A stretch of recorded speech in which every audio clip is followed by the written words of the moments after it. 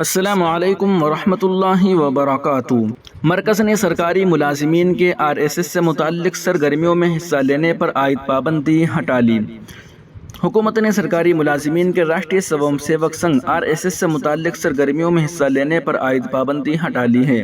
نومبر 1966 میں وزیر اعظم اندرا گاندھی کے دور اقتدار میں پابندی عائد کی گئی تھی، جسے عملے، عوامی شکایات اور پنشن کی وزارت نے ہٹا دیا ہے۔ سوشل میڈیا ایکس پر ایک پوسٹ میں BJP IT سیل کے سربراہ امت مالویہ نے بتایا کہ RSS سرگرمیوں میں سرکاری ملازمین حصہ لینے پر پابندی عائد کرتے ہوئے 1966 میں 58 سال قبل ایک غیر آئینی حکم جاری کیا گیا تھا، جسے مودی حکومت نے واپس لے لیا ہے۔ ہریانہ، ہماچل پردیش، مدھیہ پردیش اور چھتیس گڑھ سمیت مختلف ریاستی حکومتوں نے RSS سے وابستہ سرکاری ملازمین پر پابندی پہلے ہی ہٹا دی تھی۔ وہیں مودی حکومت کے اس فیصلے پر مشہور صحافی سمیع اللہ صاحب فرماتے ہیں کہ معلوم نہیں یہ خبر آپ تک پہنچی یا نہیں کہ مودی سرکار نے اب سرکاری افسران کو RSS کی سرگرمیوں میں حصہ لینے کی اجازت دے دی ہے، یعنی کہ اب یہ آفیشل آزادی ہے کہ کوئی بھی سرکاری عہدیدار یا افسر سرکاری و آئینی عہدے پر رہتے ہوئے بھی سنگھ کی کارروائی میں شریک ہو سکتا ہے۔ 1966 میں بھارتی گورنمنٹ نے سرکاری ملازمین پر RSS اور جماعت اسلامی کے ذریعے منعقدہ سرگرمیوں میں حصہ لینے پر پابندی لگا دی تھی۔ اب مودی سرکار نے اپنے تازہ ترین حکم نامے کے ذریعے پرانی پابندی کو ختم کرتے ہوئے گورنمنٹ افسران کو RSS کی سرگرمیوں میں حصہ لینے کی آزادی دے دی ہے۔ یہ اقدام بھارت کے سسٹم کو پوری طرح سے ہندوتا رنگ میں رنگنے کی اعلانیہ کوشش ہے۔ قابل غور ہے کہ اب تک جبکہ اس طرح کی پابندی تھی، تب بھی خاموشی سے کتنے ہی سرکاری محکموں میں RSS کے لوگ گھسے ہوئے تھے اور ملک میں مسلمانوں کے حقوق سمیت سماجی انصاف کو نقصان پہنچاتے رہتے تھے۔ لیکن اب جبکہ یہ پابندی ہٹ گئی ہے اور سرکاری ملازمین کو RSS کی سرگرمیوں میں شریک ہونے کی کھلی چھوٹ دے دی گئی ہے، تو اس ملک میں انصاف و عدالت اور انتظامیہ کا کیا حشر ہوگا؟ RSS کے لیکچر سے متاثر اذہان اس ملک کے سسٹم کو کیا زعفرانی بنا کر رکھ دیں گے؟ یہ سوال کیا ہے مشہور صحافی سمیع اللہ صاحب نے۔ وہیں دوسری جانب راشٹریہ سوم سیوک سنگھ نے سرکاری ملازمین پر سنگھ کی سرگرمیوں میں حصہ لینے پر پابندی ہٹائے جانے کی تعریف کی ہے اور کہا ہے کہ یہ فیصلہ ہندوستان کے جمہوری نظام کو مضبوط کرنے والا ہے۔ RSS کے آل انڈیا پبلسٹی چیف سنیل امبیکر نے ایکس پر اپنے پوسٹ میں لکھا کہ راشٹریہ سوم سیوک سنگھ نے پچھلے 99 سالوں سے ملک کی تعمیر نو اور سماجی خدمات میں لگاتار مصروف ہے۔ قومی سلامتی، اتحاد و یکجہتی اور قدرتی آفات کے وقت سماج کو ساتھ لے کر چلنے میں سنگھ کے تعاون کی وجہ سے وقتاً فوقتاً ملک کی مختلف قسم کی قیادتوں نے سنگھ کے کردار کی تعریف کی ہے۔ مسٹر امبیکر نے کہا کہ اس وقت کی حکومت نے اپنے سیاسی مفادات کی وجہ سے سرکاری ملازمین پر سنگھ جیسی تعمیری تنظیم کی سرگرمیوں میں حصہ لینے پر بے بنیاد پابندی لگاتی تھی اور حکومت کا موجودہ فیصلہ ہندوستان کے جمہوری نظام کو مضبوط کرنے والا ہے۔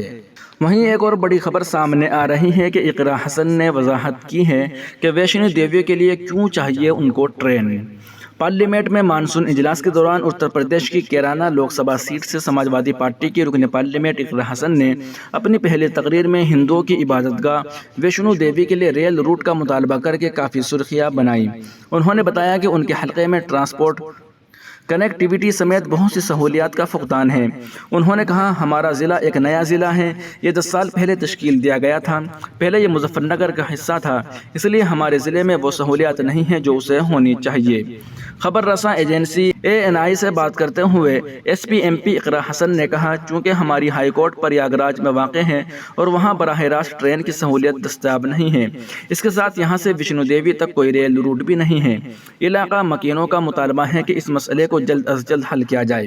اقرا حسن نے کہا کہ یہاں بہت سے عقیدت مند ہیں جنہیں اکثر اس کی وجہ سے پریشانی کا سامنا کرنا پڑتا ہے، تاہم یہ مطالبہ کافی عرصے سے اٹھایا جا رہا ہے۔ چودھری اقرا حسن نے مزید کہا تھا کہ میرے حلقے میں ماتا ویشنو دیوی جانے والی ٹرین کا کافی عرصے سے مطالبہ تھا۔ اقرا نے کہا کہ انتخابات کے بعد جب پہلی میٹنگ ہوئی تو مقامی لوگوں نے ویشنو دیوی تک براہ راست ریل روٹ کا مسئلہ اٹھایا۔ چودھری اقرا حسن نے کہا کہ یہ مسئلہ انسان کی زندگی کو متاثر کرتا ہے، چاہے وہ کسی بھی معاشرے یا طبقے سے تعلق رکھتا ہو۔ کیرانہ اتر پردیش سے سماجوادی پارٹی کے رکن پارلیمنٹ چودھری اقرا حسن نے کہا کہ ہمارے علاقے کو ہریانہ اور مغربی یو پی کو جوڑنے والی لائن کی ضرورت ہے کیونکہ اس سے خطے کو بہت فائدہ ہوگا۔ انہوں نے کہا کہ ٹرین کی سہولیات جو کہ مقامی ٹرانسپورٹ کی سہولیات ہے جو عام لوگوں کی زندگی کو آسان بناتی ہے، ہمارے پاس اس وقت وہ تمام ٹرانسپورٹ سہولیات موجود نہیں ہیں۔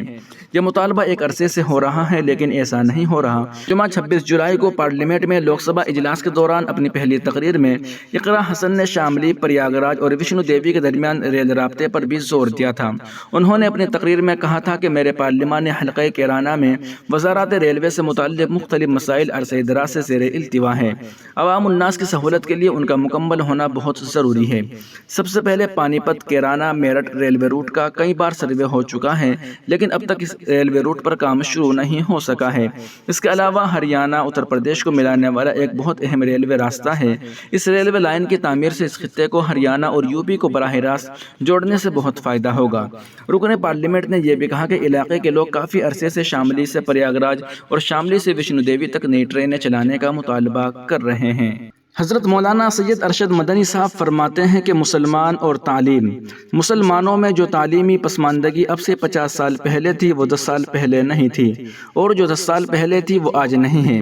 مسلمانوں نے ایسے ملک میں جہاں بے شمار اقلیتیں رہتی ہیں جینے کا طریقہ بھی سیکھ لیا ہے۔ ملک کے فرقہ وارانہ ماحول نے ان کے اندر نہ صرف شعور پیدا کیا ہے بلکہ ان کے لیے راستے بھی کھولے ہیں۔ مسلمانوں کی موجودہ پالیسی بالکل درست ہے اور اسے مایوسی سے تعبیر کرنا مناسب نہیں ہے۔ موجودہ حکومت کا نظریہ اور مسلمان، مولانا ارشد مدنی صاحب آگے فرماتے ہیں کہ اس حکومت کا نظریہ واضح ہے، وہ بدل نہیں سکتا۔ اسی کی بنیاد پر تو وہ حکومت وجود میں آئی ہے۔ اگر اس حکومت کو واقعی متاثرہ مسلمانوں سے ہمدردی ہوتی تو کچھ کرنے کو 10 سال کا عرصہ بہت ہوتا ہے، لیکن ہم وقتاً فوقتاً وزیر اعظم کو اس سلسلے میں جمعیت کی پاس کردہ مختلف تجاویز بھیجتے رہے لیکن ادھر سے کوئی جواب تک نہیں آیا۔ وزیر داخلہ کو بھی خطوط بھیجے گئے لیکن خط موصول ہونے تک کی اطلاع نہیں آئی۔ ایسے میں وزیر اعظم سے ملنے کی کوشش کا کوئی معنی نہیں رہ جاتا۔ وہیں موب لنچنگ کے بارے میں ایک سوال کے جواب میں مولانا ارشد مدنی نے فرمایا، ہجوم تشدد یعنی موب لنچنگ ملی نہیں بلکہ ایک سیاسی مسئلہ ہے اور اسے سیاسی طور پر ہی حل کیا جا سکتا ہے۔ اس لیے اب وقت آ گیا ہے کہ خود کو سیکولر کہنے والی پارٹیاں اس کے خلاف کھل کر میدان میں آئیں اور ہجومی تشدد کے خلاف قانون سازی کے لیے حکومت پر دباؤ ڈالیں۔ چھتیس گڑھ اور علی گڑھ کے واقعات سے اس بات کی تصدیق ہو گئی کہ ہجومی تشدد کو روکنے کے لیے نہ تو مرکز سنجیدہ ہے اور نہ ہی ریاستیں۔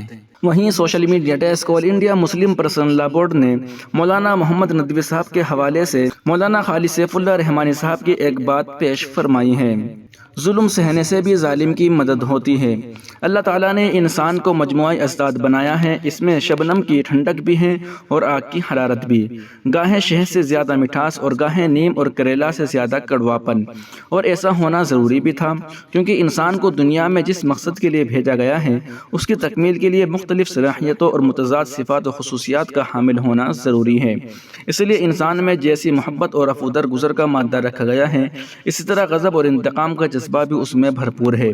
اگر انسان کو غصہ ہونے کی بات پر بھی غصہ نہ آئے تو بقول امام غزالی کہ وہ گدھا ہے، اور جہاں انتقام لینے کی گنجائش ہو وہاں بھی اگر جذبہ انتقام حرکت میں نہ آئے تو اس دنیا میں ظلم، متعدی اور جبر و زیادتی بڑھتی چلی جائے گی۔ جس سماج میں ظالم کے سامنے جرأت گفتار رکھنے والی زبانیں نہ ہوں، جس معاشرے میں ظالم کی آنکھوں میں آنکھیں ڈالنے والی آنکھ نہ ہوں، اور جس سوسائٹی میں قلم کے ہاتھ تھامنے والی کلائیاں باقی نہ رہے، وہ فساد، انسانیت سوزی اور لاقانونیت کا جنگل بن جائے گا۔ اس لیے ظالم کے خلاف مقاومت کا جذبہ برقرار رکھنا بے حد ضروری ہے۔ ناظرین و سامعین، ان اہم رپورٹوں کو آپ سن اور دیکھ رہے تھے محسن اسلام یوٹیوب چینل پر۔